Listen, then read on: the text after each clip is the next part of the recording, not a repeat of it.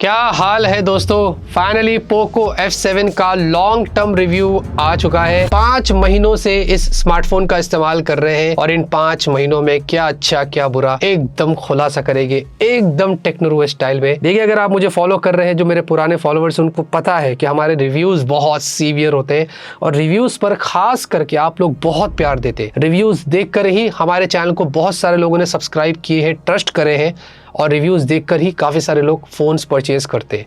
तो देखिए, अनबॉक्सिंग के पार्ट के अलावा मैं हमेशा बोलता हूँ कि अनबॉक्सिंग देखकर कभी भी फोन परचेज मत करिएगा, चाहे वो मैं भी क्यों ना हूँ। वो स्पॉन्सर्ड वीडियो हम जो ज्यादातर करते हैं, मैं क्या सारे क्रिएटर्स करते हैं, तो ये चीज मैं ओपनली बता रहा हूँ। रिव्यूज जो होते हैं वो बहुत ज्यादा मेहनत लगती है, क्योंकि इसमें हम लोग बहुत डिटेल में टेस्ट करते हैं। अनबॉक्सिंग में हमारे पास टाइम नहीं होता है, वो 2-3 दिन के पीरियड में आपको सब कुछ बताना पड़ता है, तो उसमें ज्यादा से ज्यादा कितना बताएंगे। इसीलिए अनबॉक्सिंग में हम क्या बोलते हैं, हमारे रिव्यू का इंतजार करिए। तो ये समझदार को इशारा काफी हो जाता है। लेकिन हमारे वो भी वीडियोस देखिए, ऐसे वीडियोस भी देखिए और अपना प्यार और सपोर्ट बनाए रखिए और सब्सक्राइब करके बने रहिएगा। अब पहली चीज तो दोस्तों इसकी बात करेंगे डिस्प्ले की। तो देखिए, ये आपको फ्लैट डिस्प्ले के साथ मिलता है। एक चीज तो मुझे यहाँ पर इसकी काफी अच्छी लगी है, ये आपको एमोलेड डिस्प्ले मिलती है। दूसरी चीज, मुझे इसके बेजल्स भी अच्छे लगे हैं प्राइस के हिसाब से। पंच होल भी आपको यहाँ पर छोटा सा दिया गया है, ज्यादा एनॉय नहीं करता है, कंटेंट वगैरह व्यू करने में सब कुछ बढ़िया लगता है। तो देखिए, generally AMOLED display price range में रहता है, इसमें भी है। इसमें सेटिंग्स में आपको थोड़े बहुत ऑप्शंस दिए गए हैं ट्वीक करने के लिए, जैसे कि कलर स्कीम है, आपको जो चूज करना आप कर सकते हैं। आपको एक HDR एनहांसमेंट वाला भी ऑप्शन दिया गया है वीडियो के दौरान, अगर आपको थोड़े और पंची वीडियोस चाहिए, क्योंकि एमोलेड है ना, उतनी उसकी क्षमता है, वो सारी चीजें आप यहाँ से निकाल सकते हैं। और एमोलेड में फायदा क्या हो जाता है, जनरली अगर IPS से हम कंपेयर करें तो मैं आपको साइड बाय साइड दिखाता हूँ। हमने एक डार्क वीडियो प्ले किया, इससे पता चल जाएगा कि IPS और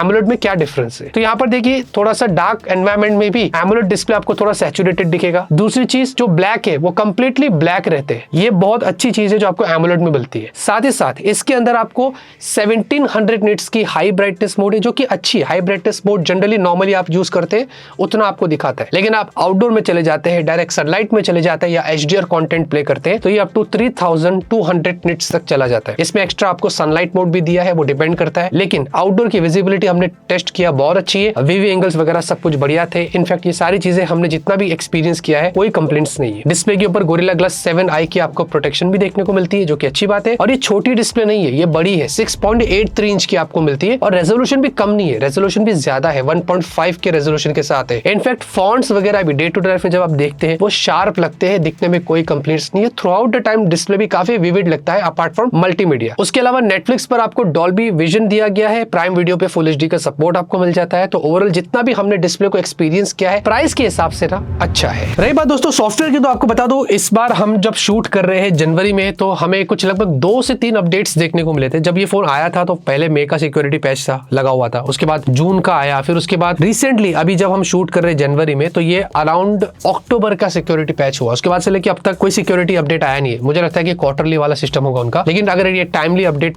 पुश करे तो ज्यादा बेटर होगा। और अपडेट भी कुछ वैसे बड़े बड़े नहीं है, इतने थोड़े बहुत चीजें उन्होंने फिक्स्ड करी है मोस्टली, तो हमने अपडेट करके ही ये सारे वीडियो बनाए हैं। और साथ में आपको बता दूं, अभी फिलहाल के लिए इसमें Android 15 ही है, मतलब HyperOS 2 पर ही चल रहा है। अभी भी HyperOS 3 और Android 16 की कोई खबर नहीं है, क्योंकि Xiaomi का भी जो लिस्ट है वो बेसिकली जनवरी से ही स्टार्ट हो रही है। मोस्ट प्रोबेबली मुझे लगता है कि इसी मंथ से शायद ये अपडेट यहाँ पर Android 16 का मोस्टली 1-2 महीने के अंदर आ जाना चाहिए। उसके अलावा 4 साल की अपडेट्स ब्रांड दे रही है, 6 साल के सिक्योरिटी पैचेस। एक चीज अच्छी है कि Android 19 तक आपको अपडेट्स मिलेंगे, अगर ब्रांड टाइम पर अपडेट दे देती तो बढ़िया है। इसके अलावा आपको इसमें काफी सारे ब्लोटवेयर्स मिल रहे हैं, जो कि एनॉय करता है। अननेसेसरी एड्स आ जाते हैं, गेम्स वाले भी नोटिफिकेशंस बहुत आते हैं। लॉक स्क्रीन पर आपको ग्लांस मिलेगा, इनके गेट एप्स के नोटिफिकेशंस आते हैं। ये सारी चीजें आपको डिसेबल करना पड़ेगा, डिलीट करना पड़ेगा, जब जाके आपका एक्सपीरियंस अच्छा होगा। इसीलिए HyperOS जो है ना, मैंने लिस्ट में सबसे नीचे रखा था जब मैंने ट्वीट किया था, क्योंकि मुझे इसमें ना सॉफ्टवेयर एक्सपीरियंस इतना बेटर नहीं लग रहा है जितना मैं एक्सपेक्ट करता हूँ। तो थोड़ा बहुत यहाँ पर HyperOS 3 से इसको इंप्रूव किया जा सकता है। बाकी कॉल रिकॉर्डिंग की बात करें तो इसमें दिया गया है, आप वो कर सकते हैं, और वो स्टॉक है, वो गूगल डायलर नहीं है, तो वहां पर कोई प्रॉब्लम नहीं है। बाकी बैटरी की बात करेंगे, सबसे इंपॉर्टेंट चीज इस फोन में यही है ना कि 7550 यानी कि 7550 mAh की आपको बैटरी मिल रही है और 90 वॉट की ही चार्जिंग है। हावेवर चार्जर बॉक्स में आपको दिया गया है, लेकिन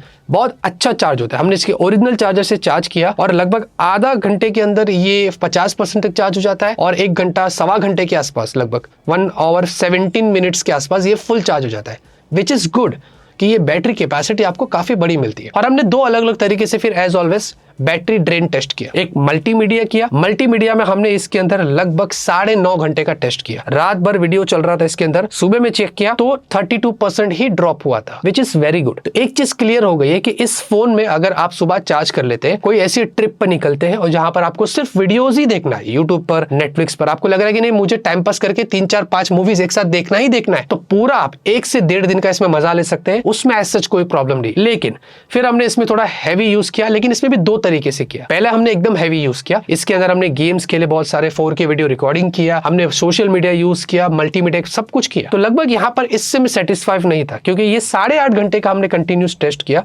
स्क्रीन ऑन टाइम भी कुछ उसी के आसपास था, और रात में दोस्तों आप देखेंगे लगभग 8 बजे के आसपास ये 1% तक आ गया था, विच इज नॉट एक्सेप्टेबल, क्योंकि बैटरी कैपेसिटी बहुत अच्छी है और वैसा काम नहीं करी, वैसा ऑप्टिमाइज्ड नहीं है। आई थिंक इससे बेटर मैंने Oppo K13 में देखा हूं, जो 15 से 20 हजार के बीच में आ रहा है, उसमें 7000 mAh की बैटरी और वो पूरा दिन क्या 1.5 दिन तक बैकअप दे रहता है, वो यहाँ पर नहीं है। तो ये एक कमी मैंने नोटिस किया। फिर हमने सोचा एक और मौका देते, हमने फिर क्या किया, थोड़ा सा लाइट यूज किया। ये भी हैवी ही था, लेकिन इसमें कुछ चीजें हमने कम कर दिया। फिर अगर इसमें देखेंगे तो यहाँ पर हमने लगभग दोस्तों 11 घंटे टेस्ट किया, थोड़ा और सीवियर किया, और यहाँ पर 93% ड्रॉप हुआ और 7% रिमेनिंग था। इससे थोड़ा सेटिस्फाइड था। तो इससे यह पता चलता है कि इसके अंदर आपको थोड़ा सा कस्टमाइज करके इस्तेमाल करना पड़ेगा। थोड़ा बहुत अगर आप यहां वहां करते तो पूरा दिन या 1 से 1.5 दिन बैकअप आपको आराम से मिलेगा, लेकिन अगर आप बहुत ज्यादा हैवी टास्क कर रहे हैं तो ये 1 दिन नहीं टिकेगा, विच इज नॉट गुड। बाकी दोस्तों कैमरे की अगर बात कर ले तो भाई देखिए इसमें कैमरा एवरेज है, फिर भी मैं आपको बताता हूं कि इसमें कुछ चीजें ऐसी है जहां पर अच्छा काम भी किया गया है। पहली चीज तो ये कि आपको 50 मेगापिक्सल का प्राइमरी सेंसर मिलता है। ये सेंसर काफी पुराना है, हमने बहुत सारे फोन्स में इसको देखा, इनफैक्ट 10 से 15 हजार की रेंज में भी ये सेंसर हमने देखा है, IMX882। बट आपको OIS मिलता है, रियर में 4K 60 FPS पे आप वीडियो शूट कर सकते हैं, और अल्ट्रा वाइड है। कोई टेलीफोटो सेंसर नहीं है, क्योंकि हमें पता है कि ये गेमिंग या परफॉर्मेंस सेंट्रिक फोन है। iQOO की तरह यहाँ पर भी कोई टेलीफोटो सेंसर आपको नहीं मिलता है। सेल्फी 20 मेगापिक्सल की, यहाँ पर आपको 2 डिफरेंट ऑप्शंस दिए गए, स्लाइट वाइड एंगल भी है और एक नॉर्मल एंगल है। यहाँ पर फुल HD 60 FPS है, इसमें कोई भी 4K नहीं है, ये भी एक इसका डाउन पॉइंट है। तो आप ये सोच रहे कि ये फोन लेकर मैं इसमें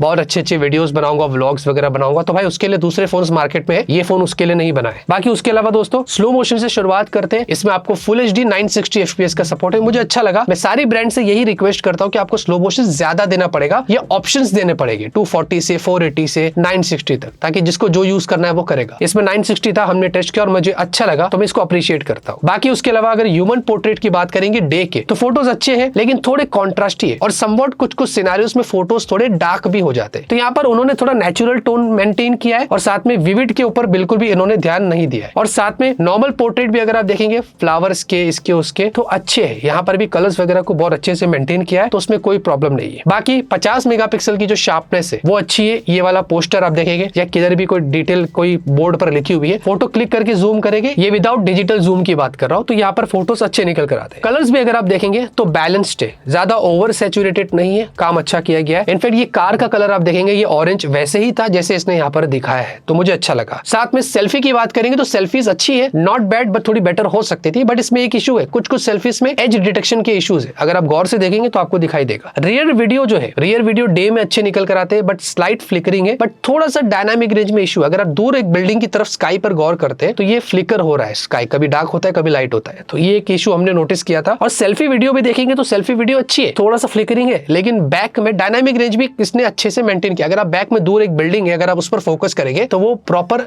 फ्रेम में है, दिख रहा है, क्लैरिटी अच्छी है। बाकी 10 टाइम्स इसमें डिजिटल जूम दिया गया है, जो कि मैं बिल्कुल भी आपको रेकमेंड नहीं करूंगा, बिल्कुल भी क्वालिटी अच्छी नहीं है। तो जूम करके आप सोच रहे थोड़े बहुत मैं चीजें देख लूंगा कि लिखा हुआ है, तो वो आपको नहीं दिखाई देगा। और वीडियो में भी जूम सिर्फ 6 टाइम्स है, और ये भी एवरेज है, इसके अंदर भी ज्यादा मैं बोलूंगा नहीं। बाकी उसके अलावा ऑटो फोकसिंग अच्छा है, मतलब प्राइस के हिसाब से सही है। ये ऑटो फोकसिंग वाली चीज बहुत सीवियर होती है, ये हम फ्लैगशिप फोन्स में टेस्ट करते हैं, बट इसमें सिर्फ नॉलेज के लिए बता रहा हूँ। एक ही इशू है, जब ऑटो फोकसिंग में सब्जेक्ट सामने आ जाता है तो उसमें थोड़ा सा कलर शिफ्ट हो जाता है, बाकी सब कुछ बढ़िया है। नाइट में ह्यूमन पोर्ट्रेट अगर आप देखेंगे तो अच्छे हैं, बस एक इशू ये है कि यहाँ पर देखेंगे आप स्किन के ऊपर गोस्टिंग दिख रही है, नेक के पास देखेंगे तो आपको गोस्टिंग दिखाई दे रही है, जो कि नहीं होना चाहिए, तो ये साफ दिखाई दे रहा है। और एक चीज अच्छी है कि नाइट के अंदर वार्म नहीं है फोटोज, इसमें भी उसने कहीं ना कहीं बैलेंस किया है। और सेल्फी भी कुछ वैसी है, बट यहाँ पर भी सेम इशू डे की तरह था, थोड़े बहुत एज डिटेक्शन हमने सेल्फी में भी नाइट में नोटिस किया था। और अगर आप डार्क एनवायरनमेंट में सेल्फी लेते हैं तो कुछ ऐसे निकल कर आती है, इसमें भी थोड़ा बहुत काम किया गया है, विच इज नॉट बैड। बाकी नाइट में फ्लैर्स अच्छे नहीं है, कुछ सिनेरियोस में अच्छे, लेकिन कुछ सिनेरियोस में उसमें मामला एकदम खराब हो जाता है। और अगर आप नाइट में बिल्डिंग्स की और स्काई वगैरह की फोटोज लेंगे तो काफी सारी घोस्टिंग है जो आपको दिखाई देगी। बट रियर वीडियो नाइट में मुझे अच्छा लगा था, सरप्राइजिंगली मैं इतना एक्सपेक्ट नहीं कर रहा था, बट थोड़े अच्छे वीडियोस आए। फ्लिकरिंग भी ज्यादा नहीं है, स्लाइड घोस्टिंग दिखेगी, बाकी सेल्फी वीडियो भी अच्छी है। लेकिन याद रहे ये हमने अच्छे एनवायरमेंट में लिया था, लाइटिंग वगैरह अच्छी थी। अगर आप थोड़े डार्क एनवायरमेंट में जाएंगे तो मामला एकदम खराब हो जाता है। बात करते हैं दोस्तों इसकी परफॉर्मेंस की, तो भाई देखिए ये परफॉर्मेंस सेंट्रिक फोन है तो इस पर हम ज्यादा फोकस करेंगे और देखेंगे कि एक्जैक्टली ये फोन कितना अच्छा परफॉर्म कर रहा है, क्योंकि ये हम बहुत लंबे समय से यूज कर रहे हैं। सब कुछ आपको डिटेल में बताएंगे। पहले तो आपको बता दो इसमें स्नैपड्रैगन 8S Gen 4 है। ये चिपसेट अपने आप में बहुत अच्छी है। ये आपको 4nm पर मिलती है, जिसमें आपको LPDDR5X और UFS 4.1 मिलता है। पहले अगर स्टोरेज और रैम सपोर्ट की बात करें तो देखिए हमने ये वाला ऐप इंस्टॉल किया। ये एक्चुअली में बहुत इंपॉर्टेंट ऐप है, CPDT। इससे हमें पता चलता है कि एग्जैक्टली जो सीक्वेंशियल रीड और राइट स्पीड है, रैंडम जो रीड और राइट स्पीड है, वो एग्जैक्टली कितनी अच्छी है। तो इसमें अगर आप देखेंगे तो हमने जब पहले किया था तो अराउंड 800 के आसपास आया था, फिर जब बाद में किया तो 900 और 1 GB के आसपास आया। अब सीक्वेंशियल राइट का मतलब क्या होता है कि जो लार्ज चंक ऑफ फाइल्स होती है जो आप यहाँ से वहां ट्रांसफर करते हैं, ये उस पर डिपेंड करता है। तो यहाँ पर हमने इसमें कुछ फाइल्स वगैरह भी ट्रांसफर किया था, ओवरऑल स्पीड वगैरह ठीक थी। तो इससे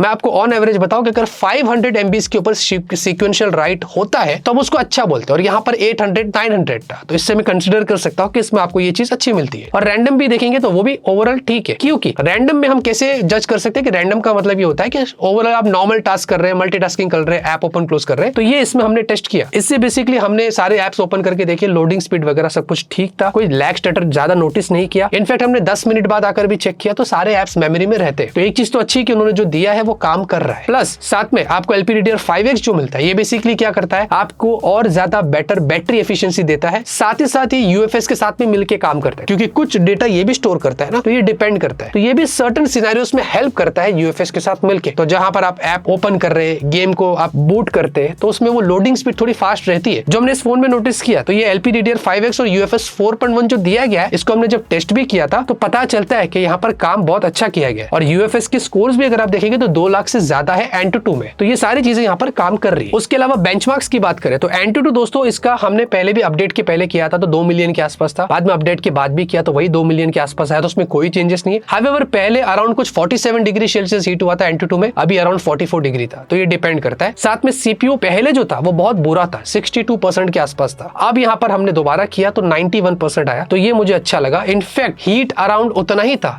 थर्मल्स इतने बेटर नहीं है इसके, अराउंड 49 से 50 डिग्री सेल्सियस पहले भी हुआ था, अभी भी कुछ वैसी हुआ। 3D मार्क में तो मामला थोड़ा अलग ही था। 3D मार्क में तो लगभग पहले 53 के आसपास हीट हो गया था, मतलब इससे पहले मैंने इतना कोई भी फोन नहीं देखा जो इतना ज्यादा हीट हुआ है। फिर सेकंड टाइम भी अराउंड 51 हुआ और उसके बाद तो भाई ओवरहीट का मैसेज आ गया और वो फोन ही बंद हो गया। आप समझ रहे, मतलब ऐप बंद हो गया। तो ये एक चीज हमने नोटिस किया। हाउएवर स्टेबिलिटी थोड़ी ठीक थी, ये मैं बोल सकता हूँ। तो कहीं ना कहीं इसमें अगर आप बहुत ज्यादा स्ट्रेस डालते हैं, थर्मल्स अपडेट के बाद भी इतने अच्छे नहीं है, तो ये कहीं ना कहीं चीज है जिस पर पोको को काम करना पड़ेगा। बाकी गेम प्ले की बात करें तो कॉल ऑफ ड्यूटी से पहले स्टार्ट करते हैं। 120 FPS आता है, जिसमें मैक्स लगभग 120 FPS ही आ रहा है अराउंड, लेकिन यहाँ पर एवरेज जो है वो 99 के आसपास आता है। इसमें 40 to 43 डिग्री सेल्सियस हीट हुआ था, ये हमने लगभग 1 से 1.5 घंटा खेला था। उसके बाद हमने BGMI ट्राई किया, 90 FPS ही आता है। सैडली इसमें 120 FPS नहीं, कंसिडरिंग ये गेमिंग फोन है तो वो होना चाहिए था, बट यहाँ पर सिर्फ 90 FPS है और एवरेज FPS भी अराउंड 80 के आसपास ही रहता है, और ये भी अराउंड 43 डिग्री सेल्सियस ही हीट हुआ था। फिर जेंशिन इंपैक्ट हमने किया, मैक्स इसके जो FPS है वो अच्छे थे, इनफैक्ट एवरेज भी अच्छा था, क्लोज टू 59, और यहाँ पर भी ज्यादा ओवरहीट नहीं हुआ। फिर लास्ट में हमने वुदरिंग वेव्स किया, ये भी बहुत बड़ी गेम है। इसमें भी दोस्तों हमने जब टेस्ट किया तो अराउंड 60 FPS कांस्टेंट आ रहा था। हाउएवर बीच बीच में फ्रेम ड्रॉप्स थे, कंसीडरिंग इसी से अगर आप एवरेज पे गौर करते तो वो 53-54 के आसपास है, लेकिन यहाँ पर भी दोस्तों 43 डिग्री सेल्सियस ही हीट हुआ था। एक चीज तो साफ है कि अगर आप इसमें कितने भी हाई ग्राफिक्स वाले गेम्स खेल रहे हैं वो झेल सकता है।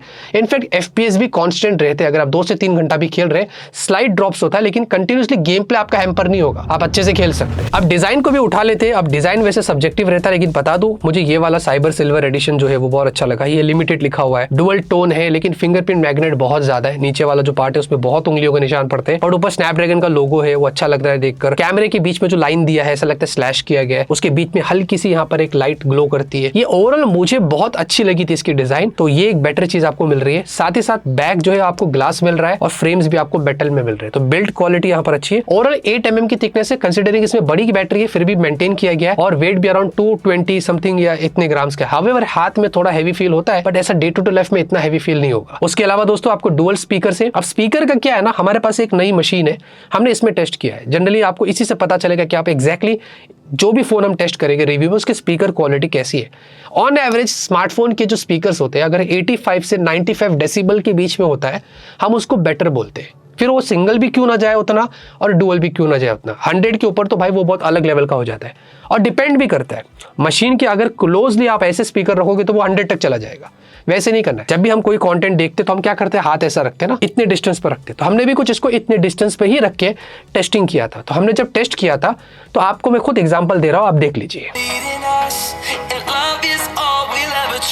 बाकी दोस्तों डुअल माइक आपको मिल रहा है, लेकिन सैडली सिर्फ 2 ही सिम है, हाइब्रिड स्लॉट यहाँ पर नहीं। एटलीस्ट एक अलग से सिम मेमोरी कार्ड का स्लॉट देना चाहिए था, बट वो चीज यहाँ पर नहीं है। उसके अलावा आपको आईआर ब्लास्टर मिल जाता है। यूएसबी पोर्ट जो है वो सिर्फ USB 2 वाला है। कंसिडरिंग इसमें गेमिंग फोन है, उनको पता है कि काफी सारी चीजें यहाँ से वहां हम पोर्ट लगा के ट्रांसफर भी कर सकते हैं, और उसका उन्होंने ख्याल नहीं किया, सिर्फ USB 2 ही दिया है। USB 2 का प्रॉब्लम क्या है कि आप देखेंगे ये वाली फाइल हमने 5 GB के आसपास थी, इसको ट्रांसफर किया। जनरली USB 3 वाले पोर्ट में 1 मिनट के आसपास हो जाता है, इसने लगभग 6 मिनट से ज्यादा समय ले लिया। ये बहुत बड़ा पेन होता है। कभी इमरजेंसी में कुछ हमें कॉपी पेस्ट करना होता है यहाँ से वहां SSD से या कंप्यूटर से, हमें बहुत समय लगेगा, उसके लिए वेट करना पड़ेगा। तो ये एक प्रॉब्लम है USB 2 का जो आपको मैं दिखा रहा हूँ। बाकी IP68, 69 वगैरह है, हमने वो डिटेल में टेस्ट नहीं किया पानी वगैरह में डाल के, जो मैं रेकमेंड भी नहीं करूंगा, लेकिन वो चीज आपको यहाँ पर अच्छी मिल जाती है। नेटवर्क कनेक्टिविटी की बात करेंगे तो भाई देखिए इसमें आपको 5G के लिए 15 5G बैंड्स दिए गए। In fact main stream 5G covered है। एयरटेल, जियो, इनफैक्ट आपको वोडाफोन और BSNL वगैरह के सिम कार्ड लगाना है, आप अच्छे से यूज कर सकते हैं, कोई कैप नहीं है। वाईफाई 7 है, ब्लूटूथ 6 है, ये चीज अच्छी है। NFC भी दिया गया है, वाइड वन L1 है, कैमरा 2 API और सारे सेंसर्स आपको यहाँ पर मिल रहे हैं। लेकिन अगर 5G की बात करें तो हमने 2 डिफरेंट तरीके से टेस्ट किया। एक बैड एनवायरनमेंट में गया, वहां पर टेस्ट किया तो अराउंड 69 की स्पीड आ रही थी, जो कि ठीक है क्योंकि उतना हम वही एक्सपेक्ट करते हैं। मैंने इससे भी कम वाले स्पीड वाले फोन देखा हो उस एरिया में जहां पर हम लोग को पता है कि नेटवर्क अच्छा नहीं होता है। फिर हम अच्छे नेटवर्क में गए और वहां पर अराउंड 190 के आसपास आया था। वैसे इससे बेटर स्पीड मैंने देखा है, 250-300 तक गया था। तो ये कुछ डिपेंड करता है। तो ओवरऑल ये खाली जनरल स्पीड टेस्ट है, ये यूजर टू यूजर और लोकेशन टू लोकेशन डिपेंड करता है, इसीलिए इस पर ज्यादा ट्रस्ट करने की जरूरत नहीं है। अब जाते रहते बता दो दोस्तों किसके लिए ये फोन है, किसके लिए नहीं है। पहली चीज तो ये कि 12 to 56 दोस्तों बहुत अच्छा काम किया ब्रांड ने कि बेस वेरिएंट रखा है, 8120 जैसी कोई चीज नहीं रखा। सारी ब्रांड को यही करना चाहिए अगर वो मिड रेंज कोई फोन लॉन्च कर रही है। हमने जब चेक किया प्राइस तो अराउंड 30-31 हजार की रेंज में अभी आ रहा है। डिपेंड करता है, ये कभी ऊपर और नीचे हो जाता है। इसमें हायर वाले भी है 12, 5 and 2। मैं डिवाइड करके बता दूं तो अगर आप सोच रहे कि भाई मैं कैमरा यूज करूंगा, ब्लॉग बनाऊंगा, करियर बनाऊंगा, तो उसके लिए ये फोन नहीं है। बाकी अगर आप सोच रहे कि मुझे गेम्स खेलना, अच्छी बैटरी चाहिए, तो उसके लिए ये फोन है। तो परफॉर्मेंस, बैटरी और सर्टन डिस्प्ले भी अच्छा है। तो कुछ चीजें इसमें है जो इसके लिए आप